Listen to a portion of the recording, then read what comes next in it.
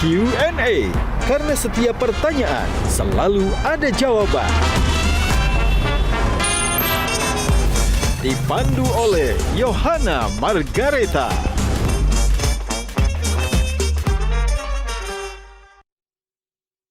Dipersembahkan oleh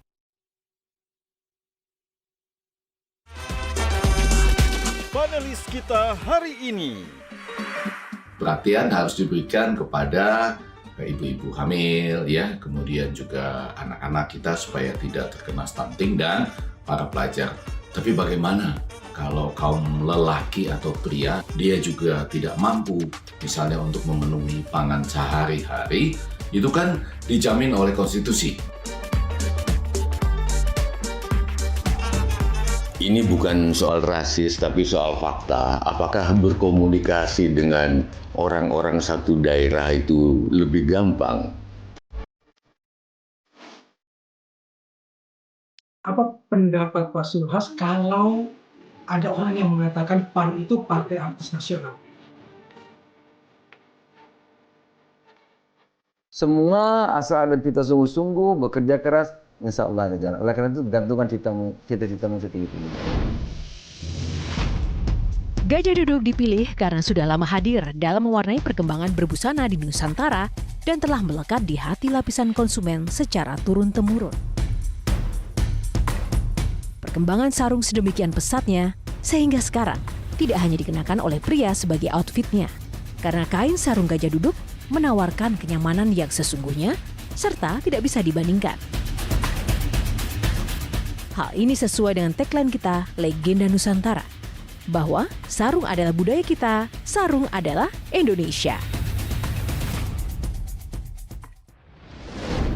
Halo pemirsa, jumpa lagi bersama saya Yohana Margareta dalam program spesial Metro TV Q&A, karena setiap pertanyaan selalu ada jawaban. Kali ini Q&A menghadirkan bintang tamu yang spesial. Ia adalah sosok politisi yang sudah malang melintang di berbagai macam rezim berganti. Dan tak lupa ia juga adalah salah satu ketua umum partai besar negeri ini. Dan dia asalnya dari Lampung. Siapakah dia? Sebelum nanti kita ngobrol bersama sosok yang satu ini, kita saksikan dulu tayangan satu ini.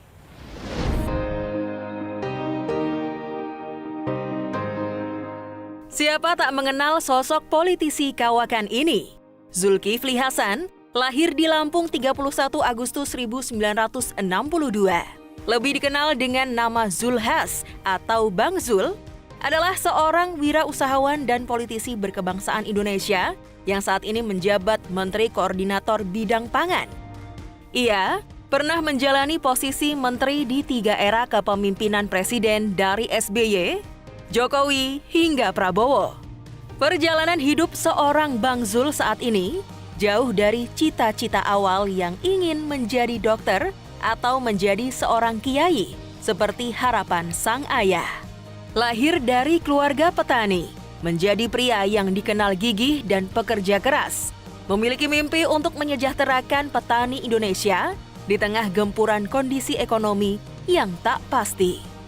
Mampukah Bang Zul mewujudkan swasembada pangan dalam waktu singkat? Yuk kita lihat. Ya, seperti tadi sudah kita saksikan bersama, saya sudah bersama dengan Menteri Koordinator Bidang Pangan, Pak Zulkifli Hasan. Boleh tepuk tangan semuanya buat Pak Zulkifli Hasan. Bapak, selamat tahun baru, semangat baru. Apa yang dirubah di tahun 2025?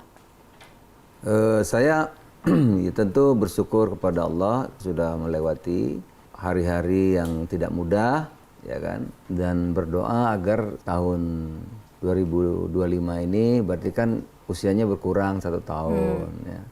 Jatahnya itu loh, ya, bukan tambah kan, kurang. Gitu. Nah, oleh karena itu saya biasanya kalau malam tahun baru itu selalu berdoa kepada Allah agar sisa usia itu bisa lebih baik, bisa lebih berkah, ya, ditambah usia berada dalam kebaikan. Bang Zul kan dari keluarga petani, punya track record yang memahami dunia petani seperti apa. Ya. Tapi petani kita masih susah di tengah harga beras kita paling mahal se-ASEAN, catatannya seperti itu. Jadi, itu gimana Bang Zul bisa demikian? Jadi Yohana, ya, saya ini sebetulnya masuk politik itu karena pesan bapak saya. Kalau di kampung saya kan kampung kecil ya. Kampung kecil, jadi kalau laki-laki itu sholat ke masjid. Kalau tidak ke masjid itu perempuan. Gitu. Jadi kalau pulang dari sholat masjid, bapak saya selalu bilang, tuh lihat tuh katanya, saudara-saudara kamu, orang di kampung kita, gelap-gelap sudah pergi ya. Terus pulang gelap. Ini petani maksudnya. Ada yang kerja di kebun, ada yang bekerja di sawah, atau di ladang ya kan. Pergi gelap, pulang gelap, makanan dibawain biasanya. Badannya gelap kena matahari, kata bapak saya lihat tuh. Dan yang paling sulit itu rezekinya gelap. Nah, pergi gelap, pulang gelap, petani itu rezekinya gelap, kata bapak saya. Jadi kamu biar kami susah, biar bapakmu susah, kamu mesti sekolah. Tapi nanti kalau sudah bisa, udah berhasil, nanti bela ini. Nah, itulah sebetulnya yang selalu terngiang di kuping saya sehingga tahun 98-99 saya masuk politik ya. Karena cita-cita itu ingin membela petani. Tapi sampai sekarang gimana saya Pak? baru Sudah berhasil, merasa berhasil belum?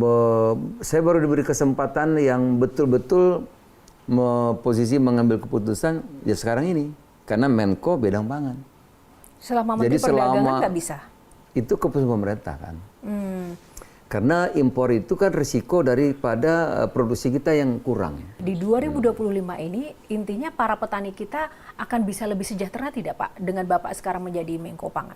Insya Allah. Jadi setelah saya diberi percaya Bapak Presiden menjadi Menko Pangan ya, dan saya bersyukur lagi karena memang program prioritas utamanya itu Pak Prabowo ini kan swasembada pangan.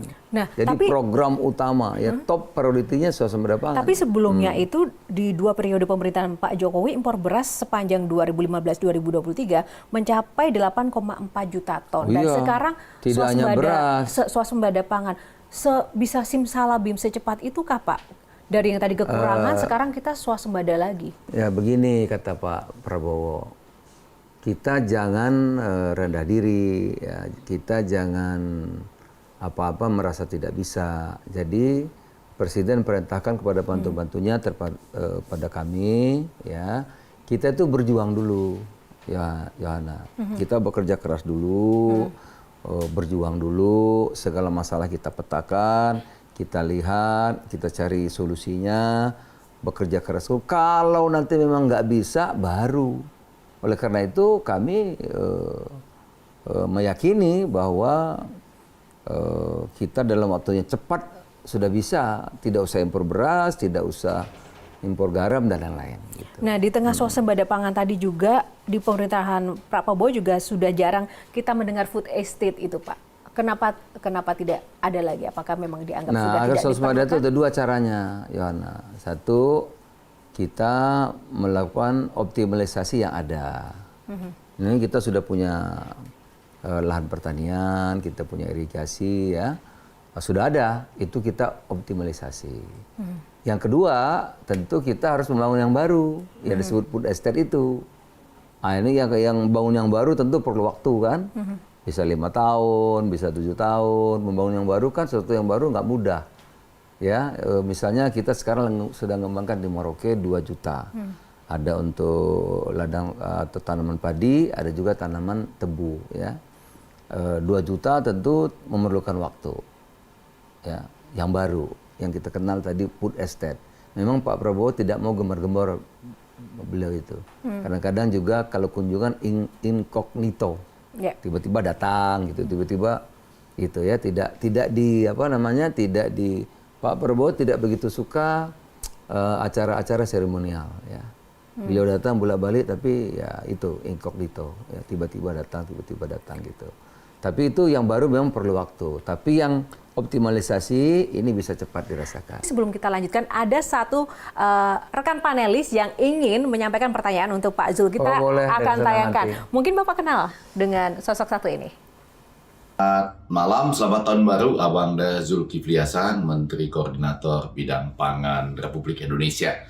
Saya punya pertanyaan begini, sekarang ini kan yang akan mendapatkan makanan bergizi gratis itu disebutkan ibu-ibu khususnya yang hamil, kemudian anak-anak dan para pelajar.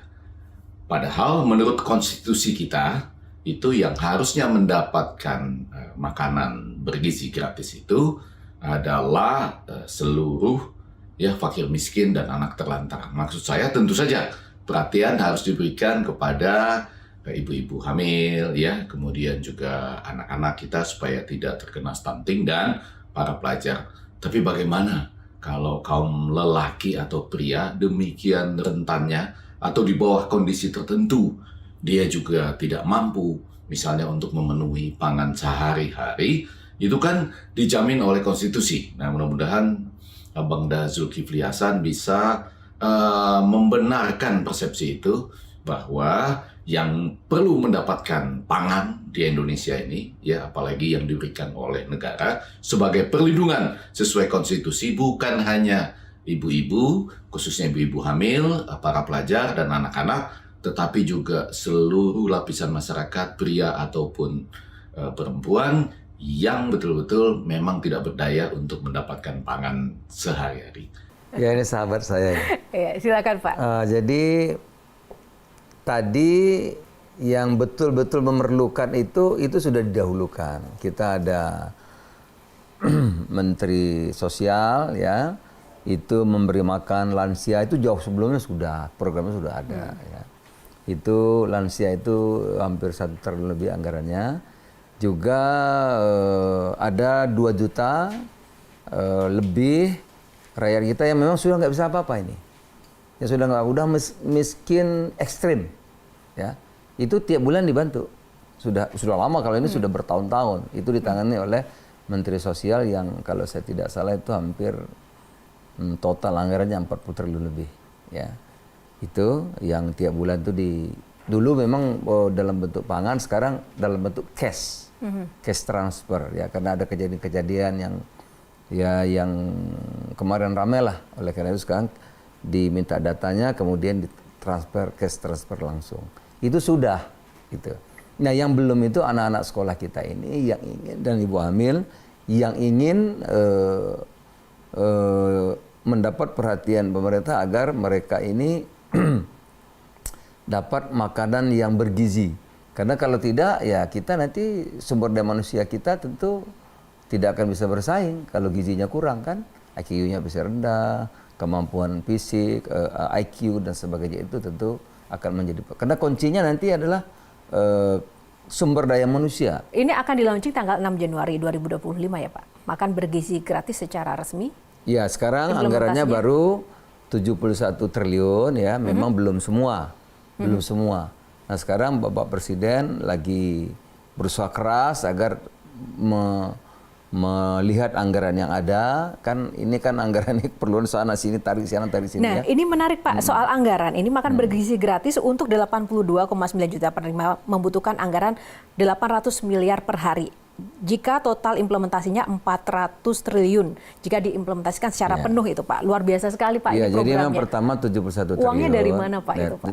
Pertama 71 dulu, karena uangnya kan belum kelihatan atau masih dipergunakan untuk yang lain 71 triliun itu mulai tanggal 6 untuk 15 juta. Nanti Juni diharapkan kita bisa lagi menyisir, pendapatan bertambah, negara bertambah. Kita juga lihat prioritas-prioritas mana. Kalau bisa lagi nanti ditarik senilai 140 triliun dari anggaran-anggaran yang lain, misalnya anggaran perjalanan dinas. Kita sekarang, saya nggak boleh keluar negeri. Dari berbagai itu, kemudian pemerintah tentu juga mencari tambahan-tambahan pendapatan Kalau nanti Juni memungkinkan, Badan Gizi Nasional sudah mengusulkan tambahan 140 triliun. Kalau bisa Juni nanti 140 triliun, maka seluruh anak-anak kita akan dapat makan siang. Tapi kenapa yang jadi wakil ketua umum PAN barusan Sakti Wahyu Trenggono? Kenapa nggak Erick Thohir?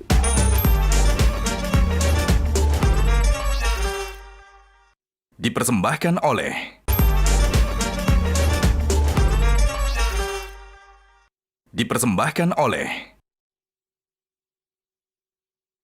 Bang Zul, sebelum kita ngobrol lagi, ada rapid question, pertanyaan cepat yang harus dijawab. Pilihannya, oke? Apa tuh? Yang pertama, Jakarta atau Lampung? Lampung. Ikan laut atau ayam? Nah, ikan laut. Ngopi atau ngeteh? Kopi. Pop atau dangdut? Dangdut. Favoritnya apa?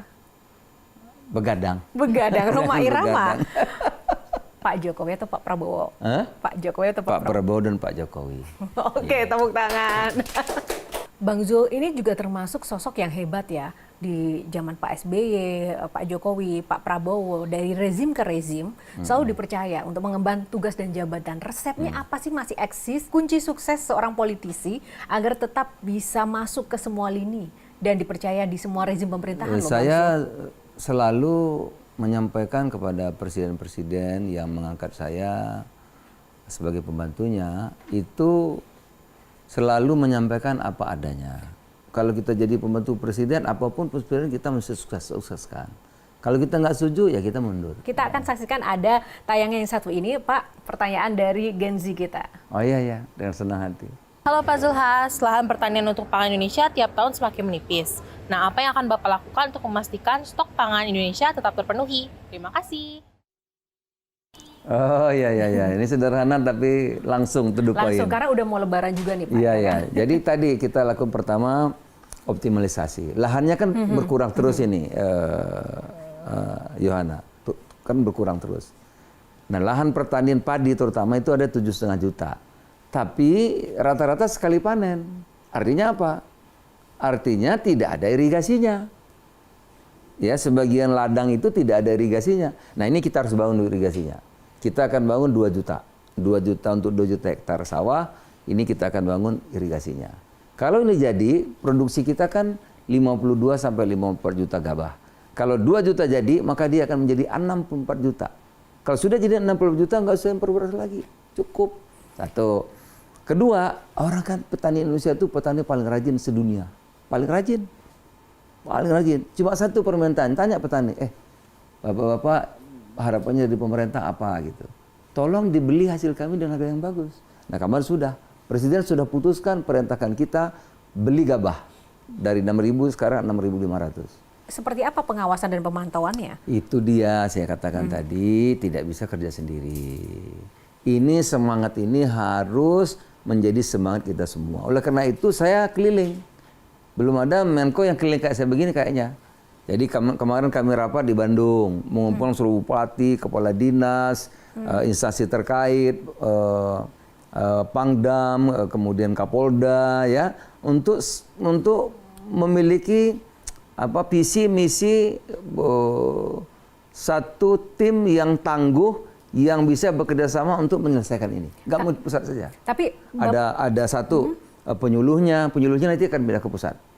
Sekarang kan penyuluh itu ada di kabupaten dan di daerah-daerah ya, yang kadang-kadang mungkin anggaran daerah kadang-kadang terbatas juga. Tapi Bapak kalau Bapak kan sering belusukan dan sidak ya Pak. Kalau belusukan nggak cukup. Nggak cukup ya? Nggak itu cukup. biasanya memang Indonesia apa besar. adanya atau sudah dipersiapkan Pak?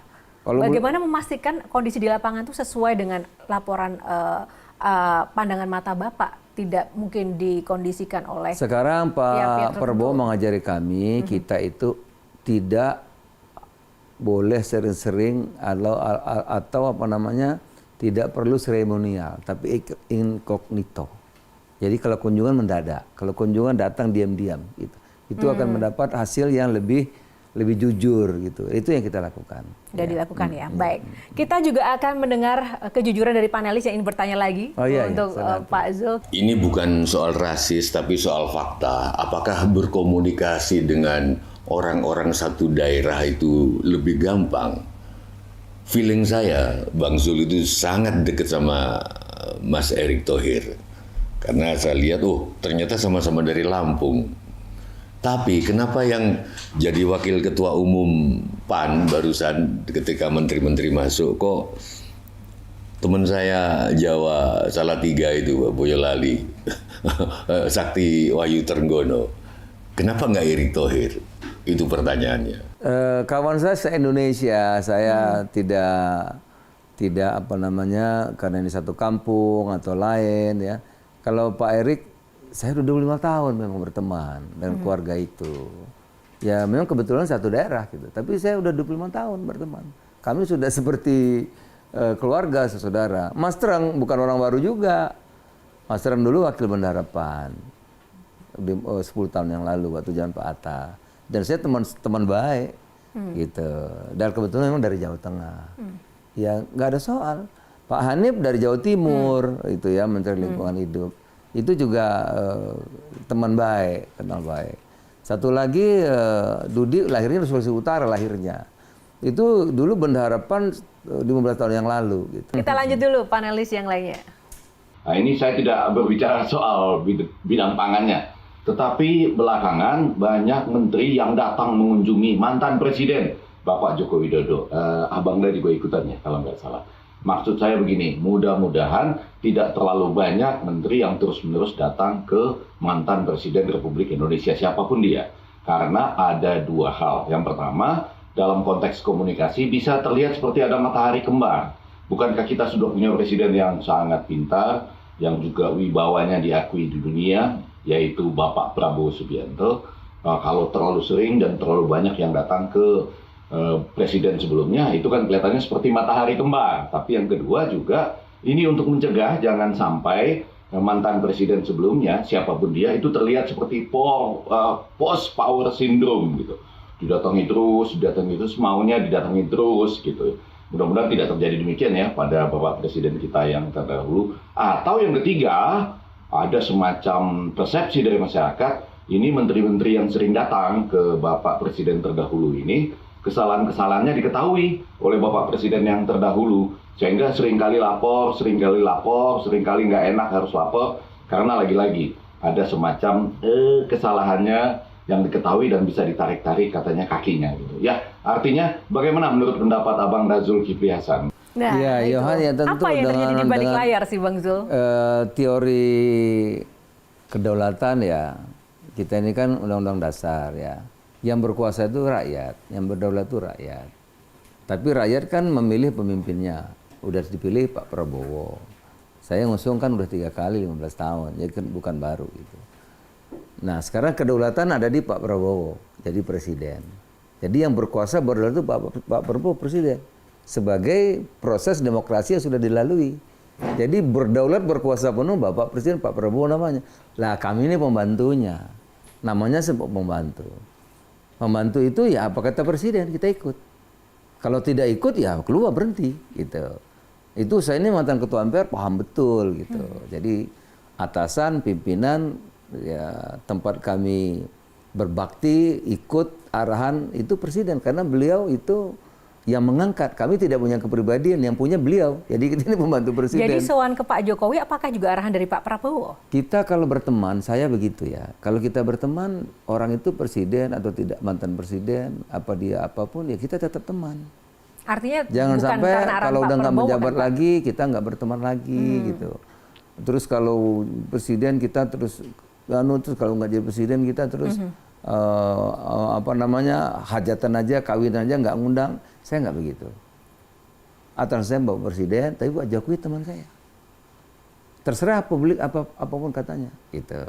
Saya datang kemarin, saya diskusi, sekaligus saya kan mantuan, jadi undang.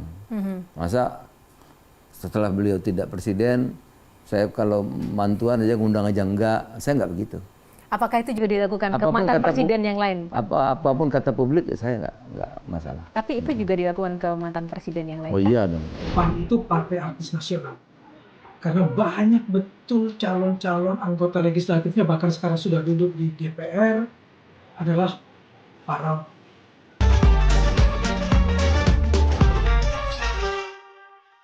dipersembahkan oleh.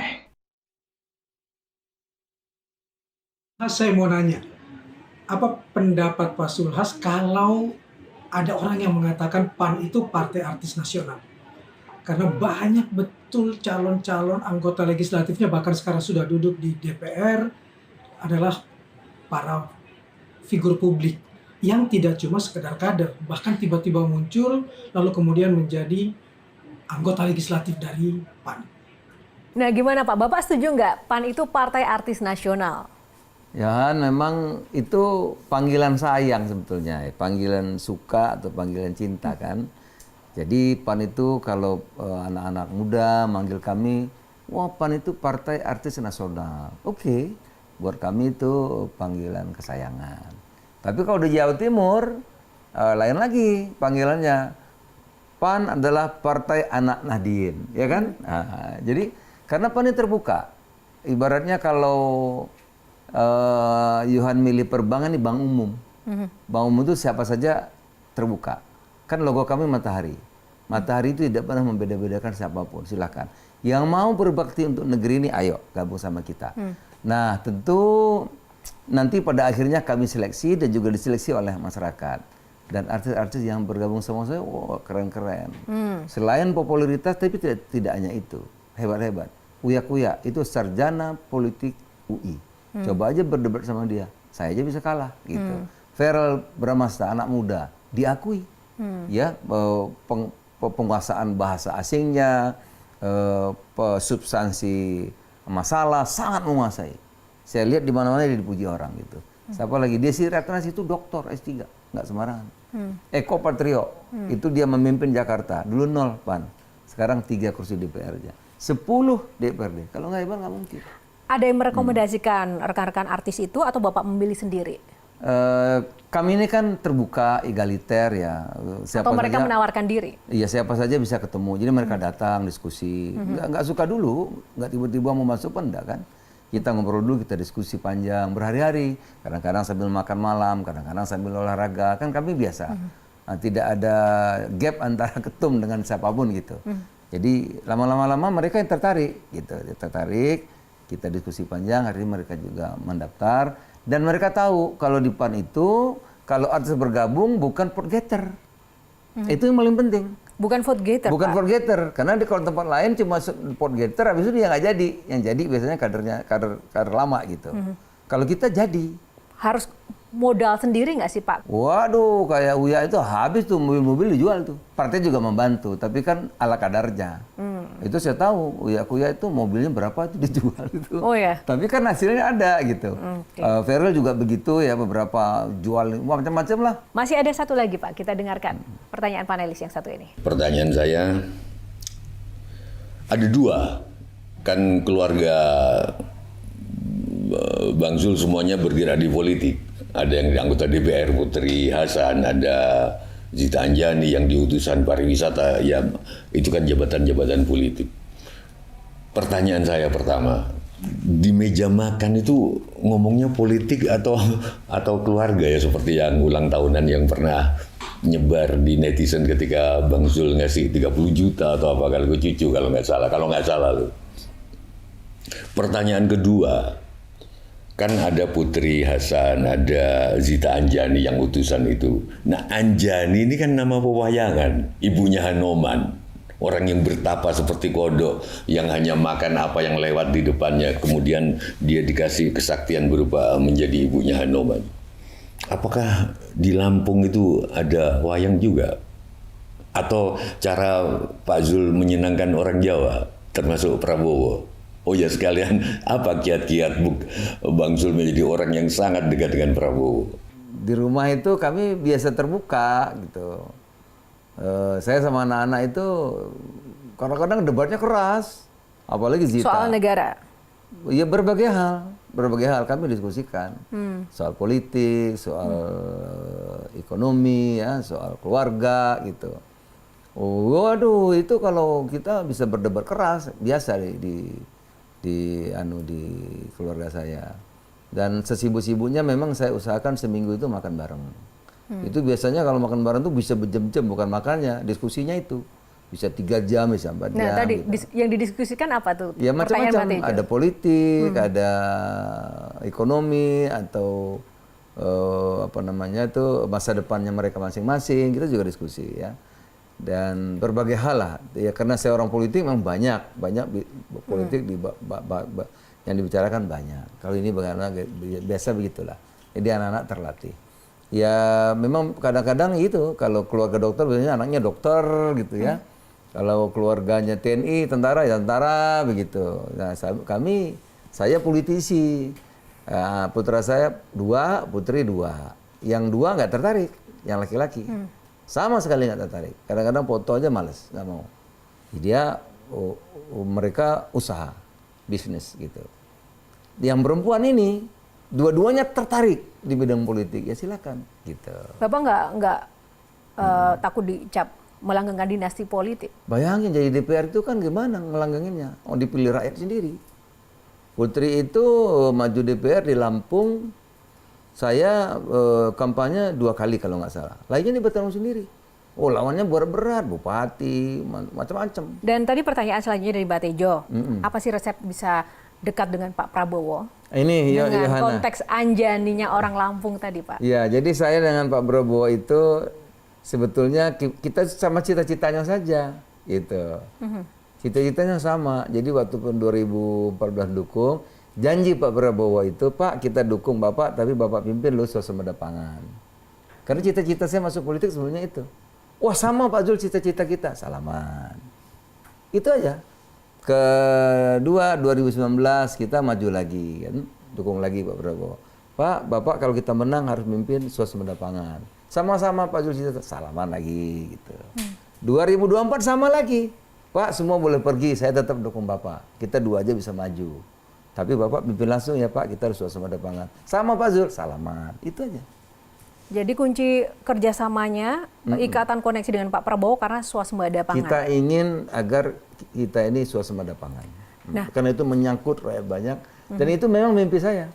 Masuk politik itu. Terngiang-ngiang suara bapak saya tadi itu. Terus Anjani. Jadi dulu saya sama istri saya suka nonton film India. Dulu lah ya, lagi. Ya pokoknya lagi hobinya film India, sering nonton film India dulu. Jadi ada nama yang bagus itu ya, yaitu Zita Anjani gitu. Oh, bagus sekali ini untuk putri saya gitu kira-kira. Tapi Bapak tahu nggak arti film Anjani itu apa? Saya juga penggemar film India nih Pak. Iya. Anjani itu, Bapak tahu nggak artinya? Anjani, Anjana itu artinya sayang Pak. Jadi memang mungkin pas sekali ya, itu sebagai nama putri Bapak tersayang begitu ya. Penggemar India juga soalnya. Nah kembali Pak pada pertanyaan jabatan-jabatan yang pernah Bapak emban sebagai menteri, itu posisi-posisi itu memang dititahkan atau memang Bapak yang meminta ingin di posisi Menteri Kehutanan, Perdagangan, Pangan atau yang lainnya? Ataukah itu dari Bapak sendiri atau memang dititahkan? Saya oleh dulu Presiden? untuk membantu Pak SBY, saya diminta jadi Menteri Kehutanan itu saya juga nggak ngerti. Pokoknya saya bekerja keras, sungguh-sungguh, karena saya Padahal kan bukan bidang Bapak ya? Saya tuh bekerja begini. Saya percaya yang kita perbuat itulah yang kita dapat, ya kan? Sebagai seorang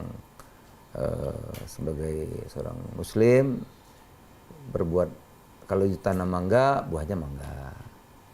Nggak mungkin tanam mangga, buahnya salah kan, gitu. Jadi yang kita perbuat itu biasanya kita dapat, gitu. Nah, saya waktu itu ikut kampanye kerja keras untuk Pak SBY ya. Terakhir-terakhir tentu banyak yang jadi menteri, gitu. Dibantu Pak Hatta. Saya diminta jadi Menteri Kehutanan. Yang nggak pernah sekolah kehutanan saya, nggak pernah. Tapi waktu itu seminggu saya belajar, saya kira saya udah ngerti. Kan sebetulnya jabatan publik ini kan common sense kan. Bagi kita yang sudah terlatih itu sebentar bisa memahami. Gitu. Kalau yang pangan sekarang Pak? Nah kalau yang pangan ini memang termasuk saya selalu minta. Termasuk Pak Prabowo, Pak harus Bapak Minister Pangan, Pak harus Minister Pangan. Terus ditanya waktu itu, saya diminta sebetulnya Menteri Ekonomi. Saya naikkan itu Menteri Ekonomi, gitu. Diteken awalnya Menteri Ekonomi. Menteri Ekonomi. Dipanggil-panggil kan, Menteri Ekonomi. Saya bilang Pak kalau boleh saya ngurusi pangan, gitu. Kalau boleh. Ini sekali ini saya memang keinginan saya. Pak Presiden kalau boleh, kalau memungkinkan saya tolong ditugaskan ngurusi pangan itu. Nah akhirnya saya dikasih Menko Pangan itu. Oke baik, terima kasih. Kita akan jeda dulu, sesaat lagi Q&A masih akan kembali, masih bersama Pak Zulkifli Hasan. Kita tidak impor lagi tahun ini, tahun 2025 ini, dan Pak Prabowo mengatakan 2027 akan swasembada, mudah-mudahan lebih cepat.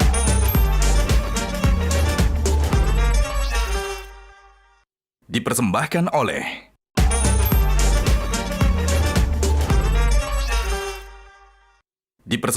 oleh Masih di Q&A bersama saya Yohana Margareta, karena setiap pertanyaan selalu ada jawaban bersama Bang Zul. Nah Bang Zul, sebelum kita mulai lagi diskusi kita dan perbincangan menariknya, ada beberapa foto yang akan saya tampilkan di sini. Silahkan untuk diukur rasa cintanya Bang Zul. Ini love meter, 1 sampai 10, angkanya berapa? Kita tampilkan dulu ya foto-fotonya. Foto yang pertama, nah 1 sampai 10, berapa? 9. Next. 9,7. 9,7 lebih tinggi. Oke, next. 8. 8, kenapa 8? Saya kan dekat sama Mega.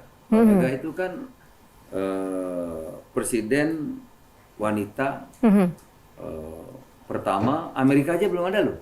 Ya. Dan Bu Zul sangat kagum sama Bu Mega itu. Asal tidak itu kayak Mbak Mega. Selanjutnya, Anies Baswedan. Ini sebenarnya teman baik saya. Berapa nih? 8 juga. Next, ada lagi? Soraya Zulkifli Hasan. Nah ini 9,99. tepuk tangan. Wajib dong. Bang Zul, dari perjalanan hidup dari awal, akhir, sampai kemudian menjadi tokoh yang seperti ini, siapa yang paling banyak berperan dalam hidup seorang Zulkifli Hasan? Ya keluarga. Keluarga? Iya, istri saya. Orang tua, ayah, ibu dulu seperti Oh apa? ya tentu, kalau yang membangun karakter ya tentu orang tua kita. Lebih banyak ayah atau ibu biasanya? Saya bersama ibu tidak sampai menikah. Ibu saya wafat, saya baru 6 bulan merantau ke Jakarta. Tapi kenangan sama dalam, karena ibu saya selalu mendidik dengan keras. Kamu anak laki-laki tertua, itu. Kamu harus bertanggung jawab dengan keluarga. Kamu merantau Jakarta dan kamu harus sukses. Jangan pulang kalau nggak sukses. Berapa bersaudara Bang Zul? Dan ibu saya waktu itu, kasih saya bekal, kalungnya, gelangnya, cincin, semua dikasih saya. Ini modal kamu berangkat. Bapak saya nggak setuju. Bapak saya nggak setuju karena saya sekolah di Lampung kan PGA kan. Bapak saya kan maunya saya jadi kiai gitu, jadi ustadz gitu. Sementara saya belajar bahasa Arab bolos terus, nggak sanggup, nggak mampu lah, sehingga saya diam-diam nggak sanggup kalau sekolah agama gitu. Maka saya lari ke sini, dibantu, dimodali oleh emak saya, dikasih bekal. Jadi dengan semangat ibu saya itu. Ya. Bekalnya itu bekal apa Bang Zul? Bekal itu ya bekal itu doa, nasihat, sama gelangnya, kalungnya, cincin kasih saya. Nih untuk biaya saya di Jakarta. Jadi memang itu modal saya. Terus Bapak gimana? Setahun kemudian baru. Menerima keputusan hidup. Setahun kemudian baru. Tapi cita-cita asli seorang Zulkifli Hasan apa sih? Saya mau jadi dokter. Dokter apa? Karena saya lagi SMA itu ibu saya wafat karena melahirkan kembar. Nggak ada dokter di kampung saya. Jadi pendarahan, nggak ada dokter, nggak ada Saya bertekad saya mau jadi dokter. Oleh karena itu saya belajar habis-habisan, bukan juara kelas, tapi saya jadi juara sekolah, satu sekolah juaranya. Tapi waktu saya daftar di UI, Fakultas Kedokteran, saya nggak lulus. Nah, bicara soal karya, bagaimana kemudian nanti Bapak berkarya berhasil untuk menyejahterakan petani dengan tidak impor beras lagi, agar petani kita sejahtera, Pak? Ya, Yohana, jadi memang Menteri Teknis itu tugasnya itu melaksanakan biasanya. Putusan itu kalau tidak di Menko, ya diratas di Pimpin Presiden. Gitu. Nah, sekarang saya Menko-nya. Kami sudah putuskan melalui rapat, ya, tidak impor beras lagi tahun ini. 0, nggak boleh lagi impor. 2, kita tidak impor lagi jagung tahun ini. 3, kita tidak impor lagi garam untuk konsumsi. 4, kita tidak impor lagi gula untuk konsumsi. Jadi udah 4. 4 ini menyangkut petani yang begitu besar, yang begitu luas. Mereka senang, harga-harga mulai bagus sekarang. 1. Kedua, banyak yang nggak percaya kan. Apa itu nanti kita gimana, begini, begitu, kira-kira begitu ya. Ya tentu kita dengarkan. Ya, tapi pesan Pak Prabowo, kita harus bekerja keras dulu. Kita harus percaya diri, bekerja keras dulu, usaha dulu, baru nanti kita evaluasi. Nah, apa yang kami lakukan agar ini bisa tidak impor lagi? 1, ya, harga gabah kita naikkan. Sudah dari 6.000 jadi 6.500. Dan ini yang harus diterima petani, tidak melalui tengkulak lagi. Bagaimana caranya? Bulog nanti akan membeli beras dari penggiling di daerah, 12.000, tapi penggilingan padi harus membeli dengan 6.500. Jagung harus dibeli bulog sekurang-kurangnya harganya ya dari 5.000 sekarang 5.500. Presiden perintahkan berapapun produksi padi, berapapun produksi jagung, kalau tidak diserap oleh pasar harus dibeli oleh pemerintah. Ya, dengan begitu tentu para petani kita akan lebih bersemangat, ya, harga bagus, tidak ada impor lagi, ya. Irigasi, yang ketiga irigasi, kita akan bangun mungkin 2 juta sawah, kalau tidak irigasi pompa inundasi. Mudah-mudahan dengan yang kita lakukan ini, ya, kita tidak impor lagi tahun ini, tahun 2025 ini, dan Pak Prabowo mengatakan 2027 akan swasembada, mudah-mudahan lebih cepat. Mudah-mudahan lebih cepat, amin. Pak, tapi boleh nggak sih, misalnya pun harus berandai-andai untuk kita juga mengimplementasikan kesejahteraan petani, kan kalau sekarang kan pendapatan petani per hari itu bahkan kurang dari 15.000 ya Pak ya, kurang lebih $1 bahkan. Nah, ada nggak sih Pak angka konkret target untuk mereka bisa mendapatkan penghasilan tertentu per hari yang mungkin dibayangkan oleh Bapak dan Pak Prabowo? Nilai tukar petani sekarang 108 sudah lumayan sih. Dibanding sebelum-sebelumnya 102 ya. Pertanian padi itu 102. Tapi yang paling menguntungkan sekarang itu pertanian perkebunan rakyat. Itu sangat menguntungkan, nilai tukar petaninya 160 lebih. Jadi kalau tanam kelapa, waduh sangat menguntungkan. Ini yang perlu, kami akan menjadi concern kita juga. Nanti kita kembangkan bibit kelapa yang 3-4 tahun bisa panen ya. 2 kopi, 3 lada, 4 coklat ya. Ini luar biasa sekarang nilai tukarnya ya, jauh melampaui yang lain. Dan yang paling nilai tukar paling rendah itu memang ini akan menjadi fokus pemerintah juga, yaitu nelayan dan peternakan. Ya. Kalau pertanian insya Allah secara bertahap akan meningkat. Hanya memang problemnya dia penguasaan lahannya kecil gitu. Oke, baik. Terima kasih Bang Zul. Tapi sebelum kita selesaikan perbincangan kita, mungkin ada pesan untuk anak-anak muda di luar sana, kisah sukses atau mungkin kiat sukses biar bisa seperti seorang Zulkifli Hasan seperti apa? Untuk para Gen Z di luar sana. Iya, jadi saya kira semua manusia dilahirkan itu dia sudah jadi juara kan. Kita lahir ini karena kita ini pemenang. Saingan kita banyak, kita yang lahir. Berarti kita sudah genetiknya kita ini pemenang, the winner, juara gitu ya. Oleh karena itu tidak ada tempat sebetulnya untuk merasa tidak bisa, merasa tidak mampu ya. Oleh karena itu yang paling penting daya juang. Daya juang itu semangat ya. Tidak menyerah. Tidak merasa tidak bisa ya. Semua asal ada kita sungguh-sungguh bekerja keras, insya Allah ada jalan. Oleh karena itu gantungkan cita-citamu setinggi-tingginya. Baik, tepuk tangan. Terima kasih Bang Zul untuk waktunya. Semoga sukses selalu. Kita tunggu nanti ya cita-cita, impian untuk menyejahterakan petani dan juga mengembangkan pangan kita dan juga membuat swasembada pangan Indonesia lebih kuat lagi. Kita tunggu nanti seperti ya, apa saya kalau implementasi dan gebrakannya. Ingin dikenang sebagai apa?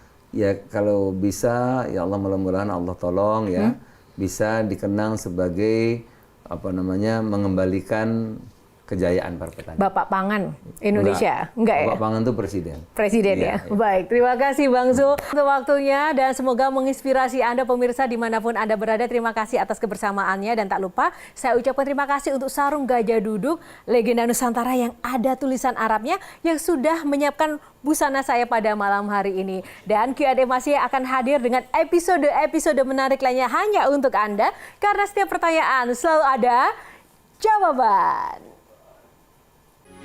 Metro TV. Jelajahi cara baru mendapatkan informasi. Download Metro TV Extend sekarang.